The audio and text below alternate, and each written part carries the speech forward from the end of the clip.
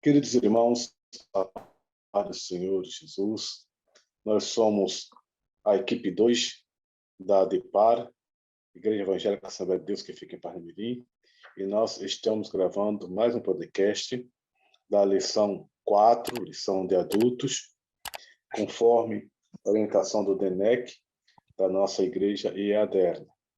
Hoje, na lição 4, estudaremos sobre o título Quando a criatura vale mais que o Criador.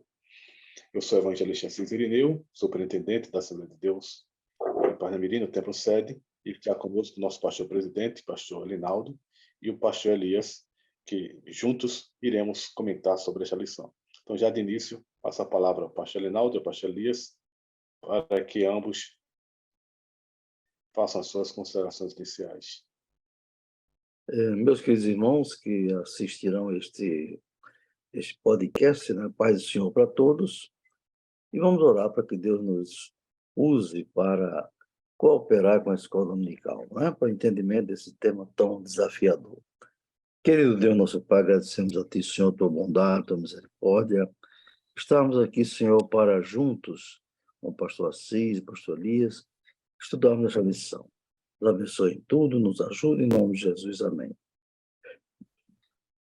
A paz do Senhor, queridos. Nós estamos aí mais uma vez reunidos aqui nesse canal de bênção, né, para aprender um pouco mais sobre a Escola Bíblica Dominical.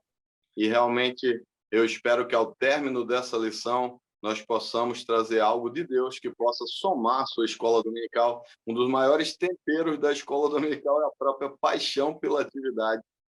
Ontem dizia isso em uma aula que estava ministrando para os professores do setor 14 aqui da nossa Assembleia de Deus em Parnamirim, falando da importância do amor que tem que se ter essa atividade para que realmente se ministre com qualidade. Então, Deus abençoe a todos e vamos para mais uma aula. Muito bem. Este é um trimestre muito interessante, pois o tema do trimestre é a Igreja de Cristo e o Império do Mal. Como viver nesse mundo dominado pelo espírito da Babilônia. Em especial, a lição 4, lição do dia 23 de julho de 2023, tem como título Quando a criatura vale mais que o Criador. O texto áureo diz assim: Pois mudaram a verdade de Deus em mentira, e honraram e serviram mais a criatura do que o Criador, que é bendito eternamente. Amém. Romanos 1:5. E a verdade prática diz assim: a exaltação da criatura acima do Criador é a usurpação da glória divina pela mentira e vaidade humana. A lição bíblica, da leitura bíblica em classe, está em Romanos, capítulo 1, versículos 18 a 25. Nós não iremos fazer esta leitura para adiantarmos nos nossos comentários. Já quero destacar aqui os 3 objetivos da lição. O primeiro objetivo é identificar as consequências da irreligiosidade e culto à criatura. O segundo é compreender a origem histórica do humanismo e seus desdobramentos em nossa cultura. E o terceiro objetivo é conhecer os tipos de autoidolatria e as orientações bíblicas para escapar desses males. Então, já sem delongas, pois o assunto é muito importante e tem muitos detalhes, quero passar aqui a palavra para o nosso pastor Linaldo para já trazer o comentário ao tópico primeiro. Muito bem, meus queridos irmãos, então vamos fazer um resumo, né, analítico aqui do tópico 1. O título da lição é muito terrível, né? Quando a criatura vale mais do que o Criador. Imagine que situação. O primeiro tópico fala sobre o desprezo à verdade. Primeiro, eu creio que vocês todos sabem o que é a verdade. Verdade é uma afirmação, constatação de que alguma coisa está de acordo com a realidade, daquilo que é real, né? Isso é verdade. No caso, o desprezo à verdade aqui se refere ao desprezo à verdade de Deus, à verdade de Cristo, não é? Ao próprio Cristo, pois ele disse: Eu sou o caminho e a verdade e a vida. e ninguém vem ao Pai a não ser por mim. Não é? Então, aqui nos diz o seguinte, primeiro subtópico, a impiedade e a injustiça. O termo impiedade, conforme pesquisou aqui o nosso comentarista, no grego original, da lição nossa, da Bíblia, do Novo Testamento, é azebeia, significa irreligiosidade. A decisão do ser humano em viver como se Deus não existisse. Né? Podemos ampliar um pouco esse entendimento, dizendo que impiedade é aquilo que é praticado pelos ímpios, não é? Praticado pelos ímpios, os injustos, infiéis, aqueles que não querem reconhecer a soberania e a autoridade de Deus. Então, injustiça vem do grego adikia, significa sem retidão, ou, vamos dizer, sem justiça, não é? A negação da justiça. Então, ambas palavras revelam a situação da humanidade em nosso tempo, nos fins dos tempos, como diz a palavra de Deus, não é? Humanidade não regenerada, o culto a si próprio, a sua idolatria, a perversidade, a depravação moral, não é? Expressam isso, uma decisão deliberada do homem ímpio, naturalmente, né, em desprezar a verdade divina. Jesus disse, santifica-os na verdade, a tua palavra é a verdade. Veja bem, o professor pode ajudar os alunos a entender isso, que a palavra de Deus é a verdade. Ela não é uma verdade, ela é a verdade. E Jesus Cristo disse de si mesmo, eu sou o caminho e a verdade e a vida. Então, quando o ímpio despreza a palavra de Deus e despreza Cristo, ele está desprezando a verdade. Passa a viver segundo suas ideologias, seus conceitos e preconceitos, etc. Não é? E dentro dessa ideia, ele relativiza o pecado. Relativiza o pecado, não é? E a sua consciência é cauterizada, como diz 1 Timóteo 4, versículo 2. O comentarista coloca muito bem que tais ações provêm da recusa do homem glorificar ao Criador. Deus fez o ser humano para a sua glória, né? Para o seu louvor. Mas, lamentavelmente, a maioria dos homens não tem essa consciência, não conhece a verdade. O segundo tópico é a insensatez humana. A insensatez humana. E o comentarista fala sobre Paulo, né? Que é a revelação geral de Deus por meio da natureza faz com que o ser humano possua conhecimento sobre o Criador. Eu gosto muito desse trecho. Romanos 1, 19 e 20, que eu peço a vocês para abrir a Bíblia, para ler, pois ele é muito rico, não é? Muito rico mesmo, para o nosso entendimento acerca da realidade, da criação das coisas, não é verdade? Romanos 1, vou com minha Bíblia abrindo aqui, 1, 19, diz assim, entender melhor, você peça para os alunos ler a partir do versículo 18. Aqui na minha versão, minha tradução é a idolatria e depravação dos gentios. Porque do céu, veja bem, se manifesta a ira de Deus sobre toda a impiedade e injustiça dos homens que detêm a verdade em injustiça. Olha que conclusão tremenda. Porquanto o que de Deus se pode conhecer, nele se manifesta, porque Deus lhe manifestou.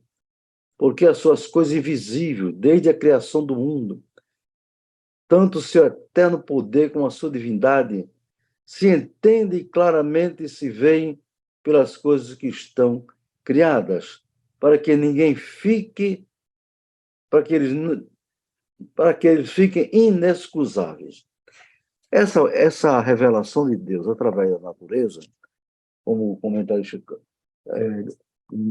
conceitua, a revelação geral. Revelação geral.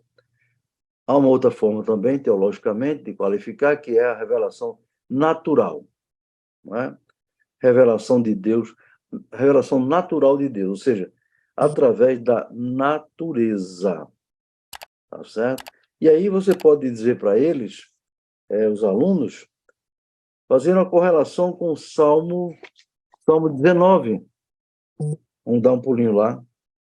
No Antigo Testamento, não é verdade? Também gosto muito desse texto. Eu sou um pesquisador, né, de ciência e Bíblia, graças a Deus. Esse texto é muito rico. O salmista diz: os céus manifestam a glória de Deus, e o firmamento anuncia a obra das suas mãos. Um dia faz declaração, outro dia. Uma noite mostra sabedoria, outra noite. Sem linguagem, sem fala, ouvem-se as suas vozes. Em toda a extensão da terra, suas palavras até o fim do mundo. Não é? O que é isso? É a natureza falando. Ou Deus falando através da natureza, sem linguagem, sem fala. Não é? Quando você olha para o grande universo sem fim, não é verdade? Com bilhões de planetas e estrelas, essa imensidão do universo está dizendo para o homem: Deus existe. Não poderia existir o universo se não houvesse Deus. Não é? Não poderia haver essa imensa organização que existe no cosmos, não é verdade? Sem haver uma mente superior para planejar e fazer tudo isso vir à existência. É Deus, através da natureza. Quando passa falando do macrocosmos. Agora, veja, quando nós nos voltamos para o microcosmos, e aí temos que trabalhar no conhecimento da célula, da bioquímica, mais uma vez, a natureza fala de Deus. Michael Behe, que eu aconselho vocês a comprarem o livro dele, A Caixa Preta de Darwin. Ele destrói a tal teoria da evolução, meus irmãos, unicamente usando a célula. Ele é um grande cientista bioquímico, não é? A química da vida. Ele mostra pela revelação natural, através da célula. Ele mostra que a célula tem, parece que, 9 componentes. E ele diz: sem um componente só, a célula jamais poderia se replicar. Aí o evolucionista diz: não, uma célula, substâncias simples, transformar em elementos compostos, ver a primeira célula viva, que se replicou, etc., evoluiu. Não pode. Ele prova pela ciência que é impossível a célula se replicar. Se ela não tivesse surgido pronta, como fala a Bíblia, na verdade, como Deus criou o ser humano. Mas aí diz o comentarista: em lugar de reconhecer o Criador, o ser criado age como se não fosse criatura e se comporta como se fosse divino. Imagine, não é verdade? Por causa das especulações pretensiosas do seu coração, da sua auto-idolatria, do seu raciocínio quanto ao seu intelecto em relação à verdade, tornam-se inúteis. Suas ideologias rejeitam, pervertem e substituem a verdade de Deus pela mentira do homem. Dessa insensatez resulta a idolatria e a perversão moral. Ora, meu irmão, não pode haver uma aberração maior em termos ditos científicos do que a teoria chamada teoria da evolução. Não pode. E diz que o homem surgiu há bilhões de anos de uma ameba, um organismo unicelular, que se transformou num invertebrado, depois num vertebrado, depois num anfíbio, depois num mamífero, tudo por acaso. Não, meus irmãos. A natureza revela, os céus manifestam a glória de Deus. E o firmamento anuncia as obras das suas mãos. Isso no universo, em relação ao homem, o ser humano, A Bíblia diz que Deus criou o homem à sua imagem e semelhança, né? Criou o homem macho e fêmea. Mas como eles não consideram a verdade de Deus, desprezam, não é? Aceitam de olhos fechados, aceitam qualquer coisa que a ciência diz. Terceiro no subtópico, o culto à criatura. Rejeitando a verdade de Deus, que é Cristo, que é a sua palavra, né? O homem entra num caminho muito perigoso. No lado espiritual, ele acaba rendendo um culto à criatura, pois ele rejeita Deus e as suas leis, não é? Segundo Efésios, filhos da ira são deixados à mercê dos seus desejos pecaminosos. Quais são eles? Alguns. Impureza sexual, degradação do próprio corpo. Romanos 1, 24 a 27, você peça a seus alunos para ler, porque tem muita informação importante, não é? Então, esses desejos são impureza sexual, degradação do corpo, não é? E aqui o texto bíblico diz ele, ratifica a anunciada ira de Deus sobre a impiedade e justiça dos homens. Meus irmãos, é a corrupção do ser humano, a depravação moral, sexual, a libertinagem, não é? Quando o homem se comporta pior do que os animais, não é? Deriva da rebelião contra Deus. A sua natureza caída troca a verdade pelo engano e prefere honrar e servir a criatura em lugar do seu Criador, conforme Romanos 1, 25, parte A. Dessa forma, na religião dos seres criados, passa a ser cultuado. Na religião, os seres criados passam a ser cultuados. Na ciência, a matéria é colocada acima de Deus. Na sociedade, o artista, o atleta, o político, o líder religioso se tornam referência de idolatria em afronta ao Criador, que é bendito eternamente. Então, que Deus nos abençoe, que essa lição seja um alerta, não só para os cristãos, mas para aqueles que, porventura, possam ver esse podcast e refletir sobre a realidade da sua vida espiritual. Glória a Deus pela riqueza do comentário que o pastor Leonardo nos trouxe, né? Já pastor Elias dando continuidade com o tópico 2. Meus queridos, então, dentro desse tópico, né? Dentro desse assunto tão rico que a gente está estudando, o pastor Leonardo trouxe aí essa questão da teoria da evolução e Charles Darwin, e é interessante que um pastor aqui do Brasil, né? Ele abriu uma igreja lá no local onde Charles Darwin nasceu, ele vai lá e abre uma igreja ali onde começou esse movimento. E aqui, quando a gente fala da revolução do pensamento humano, no tópico 2, ele vai falar de algumas correntes. Ele começa com o renascentismo, e quando fala de renascentismo, ou renascência, ele fala que é um movimento intelectual. E esse movimento intelectual que atinge a Europa Ocidental nos séculos XV e XVI, ele era um movimento que tinha por base pregar o racionalismo. E quando ele fala da palavra racionalismo, ele vai querer dizer assim, não, espera aí, tudo que eu afirmo, eu tenho que provar cientificamente. Ele para de acreditar em algumas coisas que dependem da fé. Então, há uma desconstrução de valores da fé cristã. Então, nós vemos isso aí, que ele fala que a característica desse movimento é o profundo racionalismo, e isso aconteceu no século XV e XVI, e o racionalismo, ele dizia que tudo devia ter uma explicação racional. A própria teoria da evolução é para tentar desconstruir, porque eles não queriam simplesmente crer que foi feito pela vontade de Deus, como está no livro de Gênesis, a partir do capítulo 1. Os renascentistas, dentro dessa corrente, diziam que qualquer coisa que não se pudesse ser teria que ser comprovada racionalmente para eles acreditarem. E dentro disso aí, ele vai falar que esse período coincide com a Idade Moderna e com a tomada de Constantinopla, que foi pelos turcos otomanos em 1453. Acabou que, com isso, as navegações se expandiram e vai até o período da Revolução Francesa, em 1789.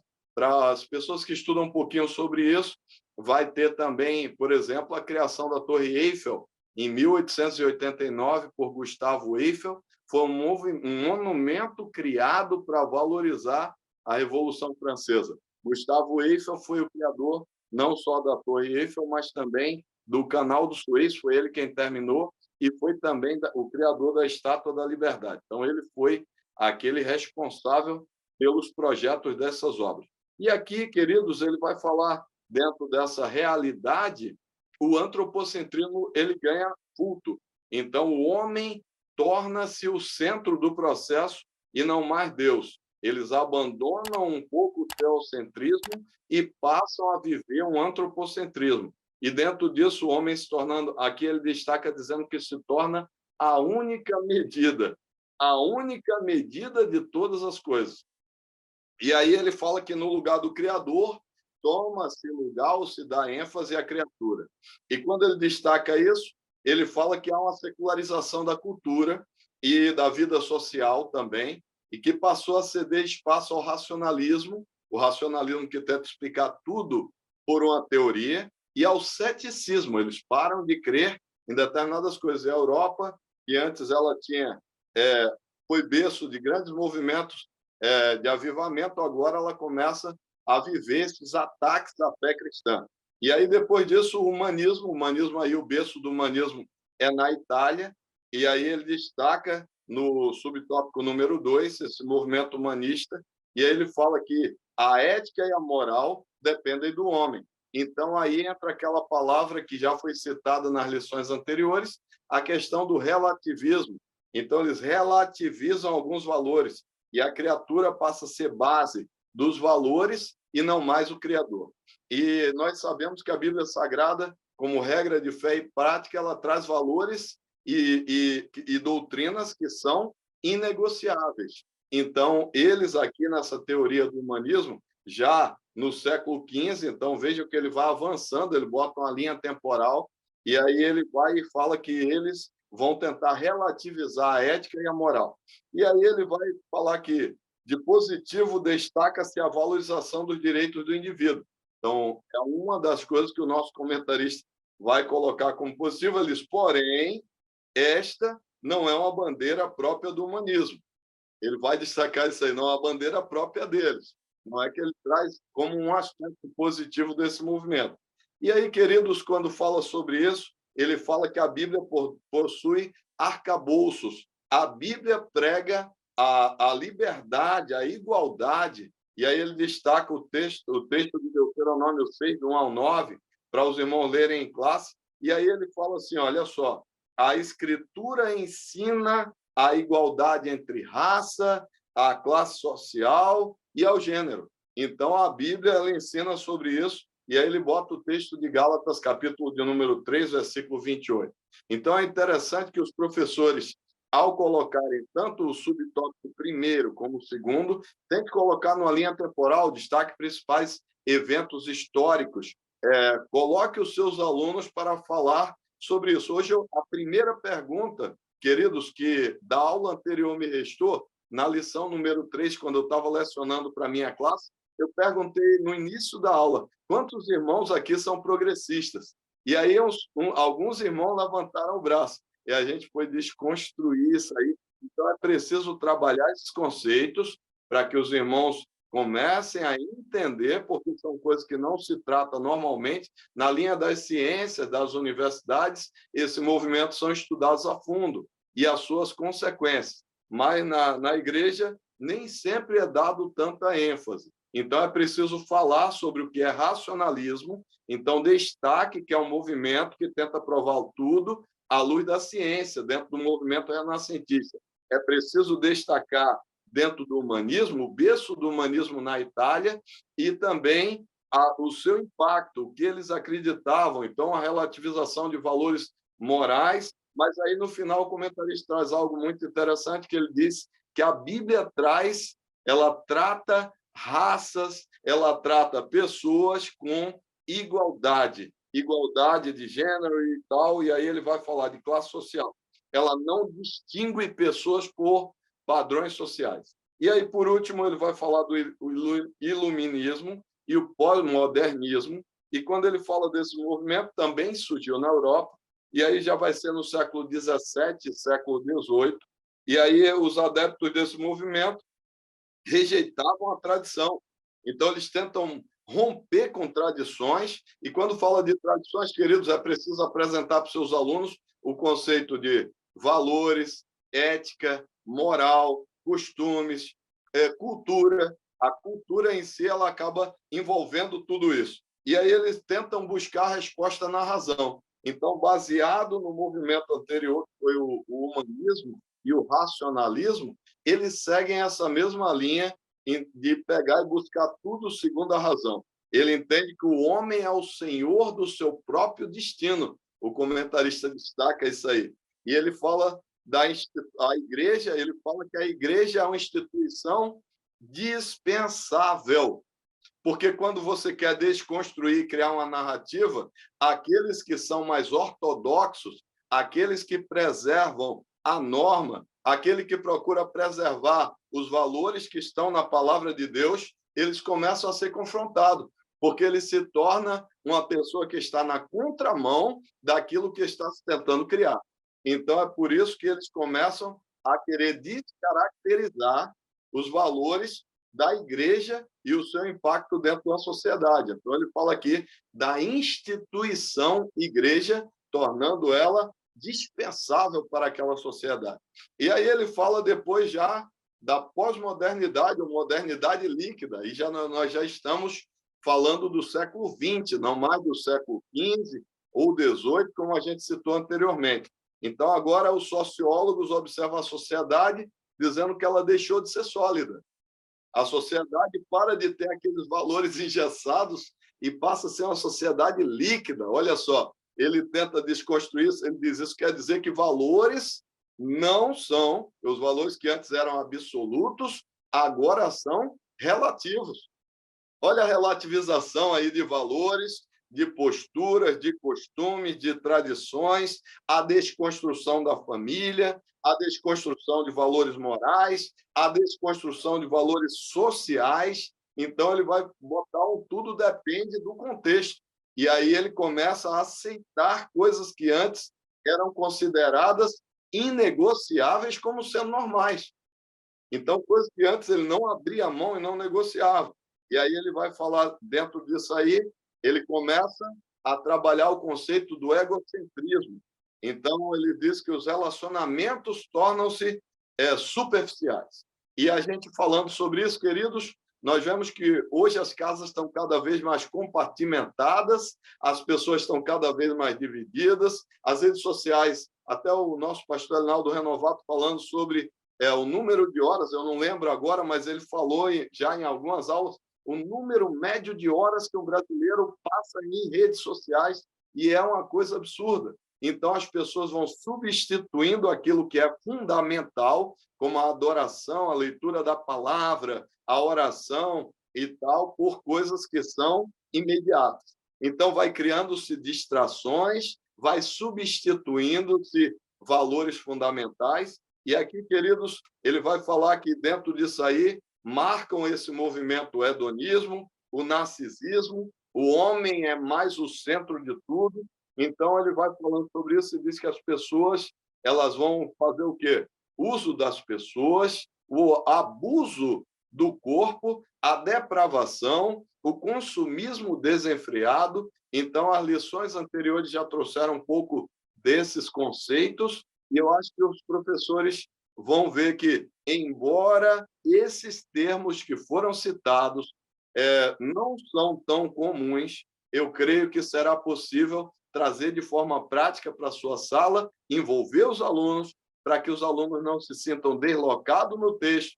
Faça um desafio para ele comentar o humanismo para a família dele na mesa do almoço. Hoje eu pedi, na lição de número 3, eu pedi para os irmãos comentarem alguns textos, como ortodoxia, na mesa durante o almoço com a família.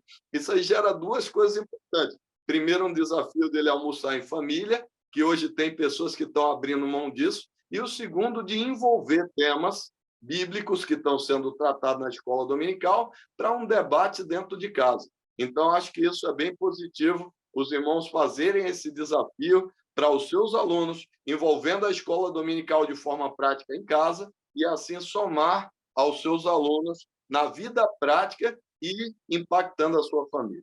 Então, agradeço a sua oportunidade, esse tema é desafiador, requer um estudo também de alguns conceitos históricos que influenciam esse movimento.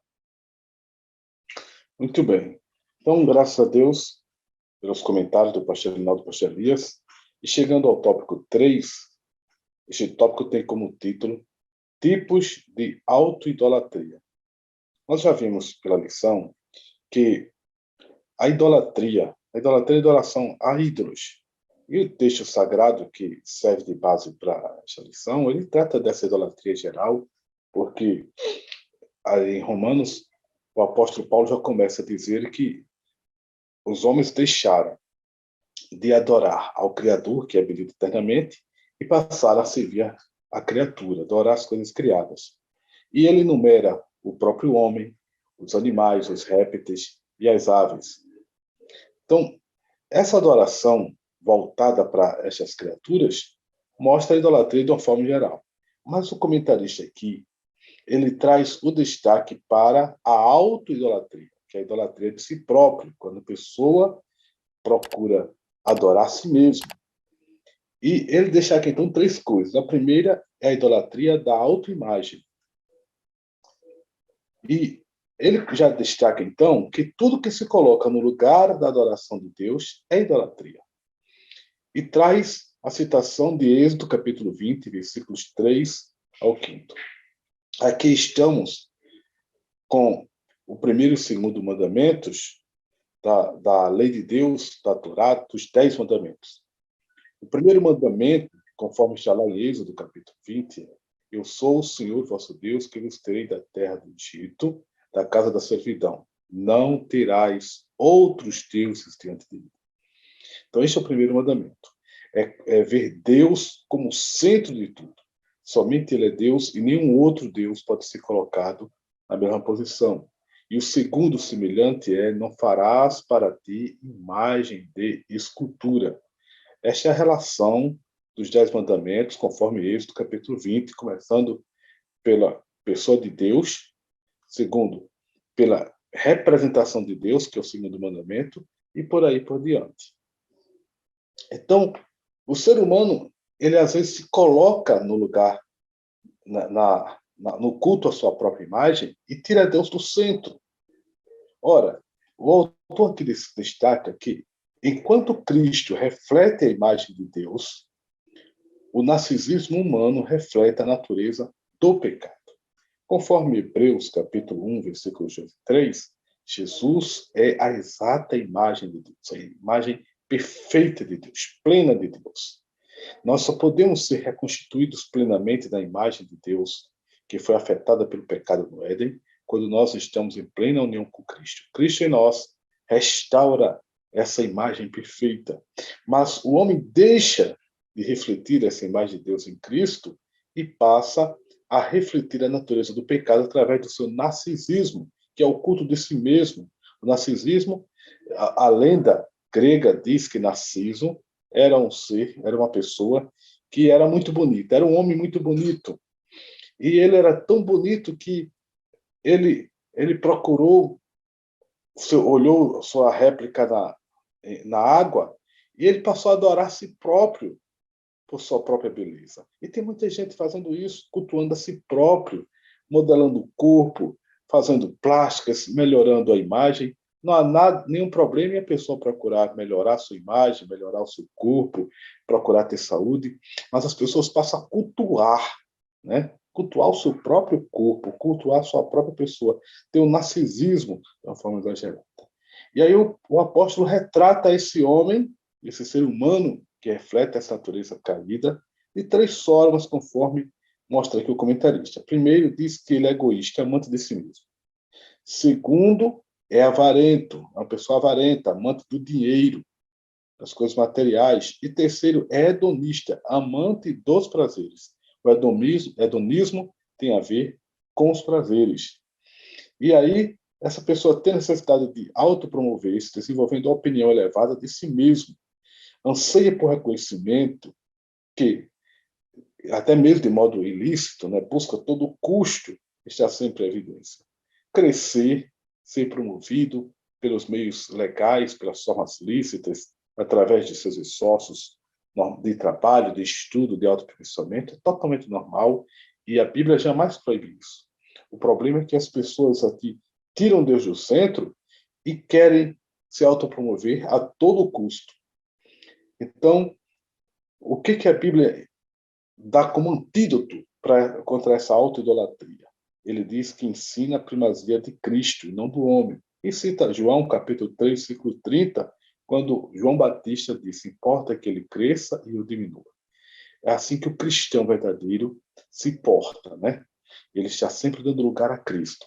Se ele cresce, se ele é promovido, quer seja na igreja, no sentido eclesiástico, nas funções, no ministério, quer seja na vida secular, mas é sempre pelos meios legais, pelos meios lícitos, procurando agradar a Deus, e Deus vai promovendo naturalmente. Ele não procura fazer escada nas costas dos outros, nem procura realizar um culto de si mesmo. Segundo ponto aqui é destacar a idolatria do coração, que o comentarista destaca como sendo o coração sendo o centro de toda a personalidade e o coração como sendo este centro das emoções e da vontade.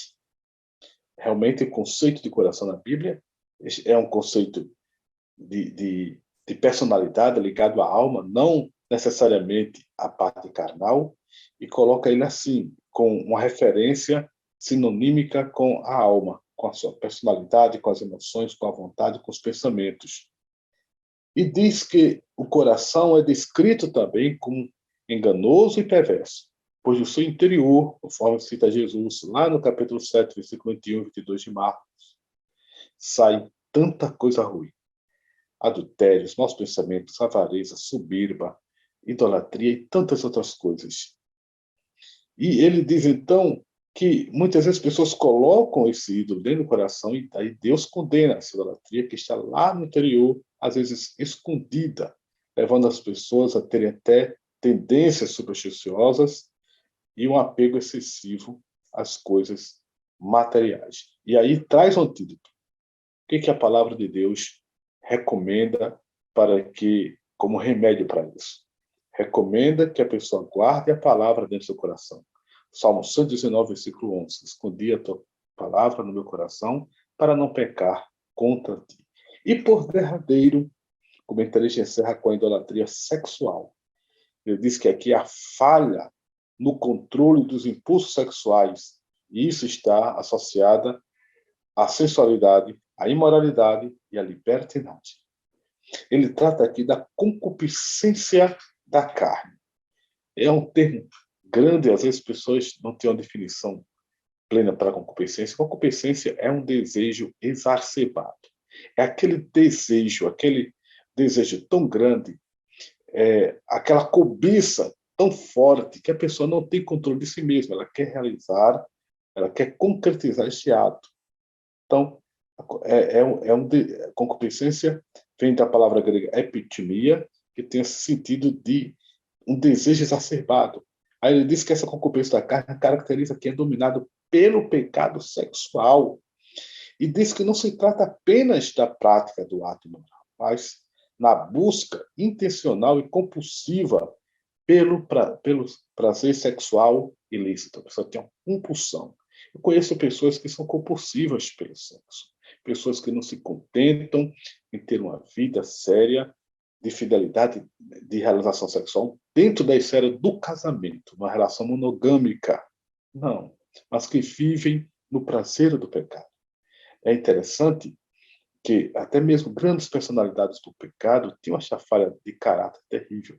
Até pessoas que são veneradas hoje como heróis da história, como Mahatma Gandhi. Diz que Mahatma Gandhi casou aos 13 anos de idade, aliás, aos 13 anos de idade já casou, e quando ele tinha 16 anos de idade, o pai dele estava no leito da morte e ele foi fazer relação sexual com sua esposa enquanto o pai estava morrendo. O pai morreu, ele estava em pleno ato com a esposa. Ou seja, era uma compulsão tão grande que não deu atenção sequer ao pai no leito da morte. Então, pessoas que às vezes são vistas como heróis da humanidade, têm grandes falhas de caráter, ligados, inclusive, a essa questão sexual. Aqui ele diz que a adoração a Deus é trocada pelo culto ao corpo, a fim de satisfazer o ídolo da perversão e da lascívia por meio de pecados. Aí tem o antídoto. Qual é a orientação bíblica para escapar desse mal? Gálatas capítulo 5, versículo 16. Vivam no Espírito e vocês jamais satisfarão os desejos da carne. Viver no Espírito é se submeter à ação completa do Espírito Santo. É procurar viver cheio do Espírito Santo, deixar o Espírito Santo inundar e transformar totalmente a nossa vida, moldando o nosso caráter, infundindo em nós a sua vida e produzindo o seu fruto, o fruto do Espírito, amor, alegria, paz, longanimidade, benignidade, bondade, fé, mansidão e temperança. Nesse controle, Paulo diz que aqueles que vivem em Espírito andam em Espírito e assim não cumprem esses desejos exacerbados da carne. Então, esta foi a nossa lição. É uma lição profunda, né? Com muitos termos. O pastor Linaldo trouxe aí destaques bem interessantes.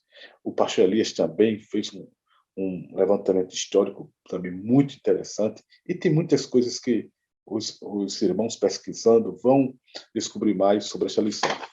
São lições profundas e temas muito atuais para esses tempos tenebrosos que nós estamos vivendo. Então, assim, eu quero passar a palavra, nosso tempo já está findando, mas passar a palavra final para nosso pastor Elias fazer a oração final e o nosso pastor Linaldo impetrar a bênção apostólica. Queridos, nós vamos orar, só trazer para os irmãos aqui, no final do questionário, eu tenho um vocabulário que pode ajudar os irmãos nesses termos que o pastor Assis acabou de explicar, como hedonismo, narcisismo, ideologia e outras palavras que não são comuns, mas que aí traz um conceito. É claro, um pouco mais raso, mas traz um conceito sobre esse assunto.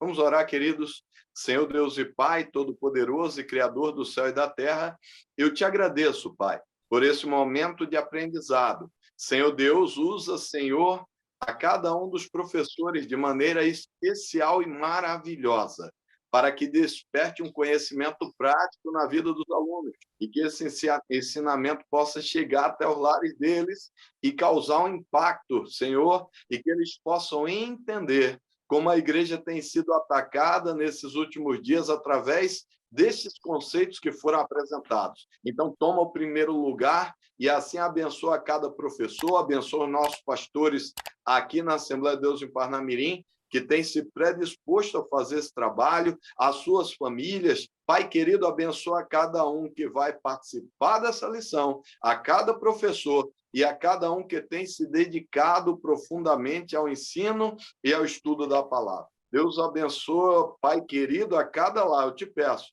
em nome de Jesus. Amém.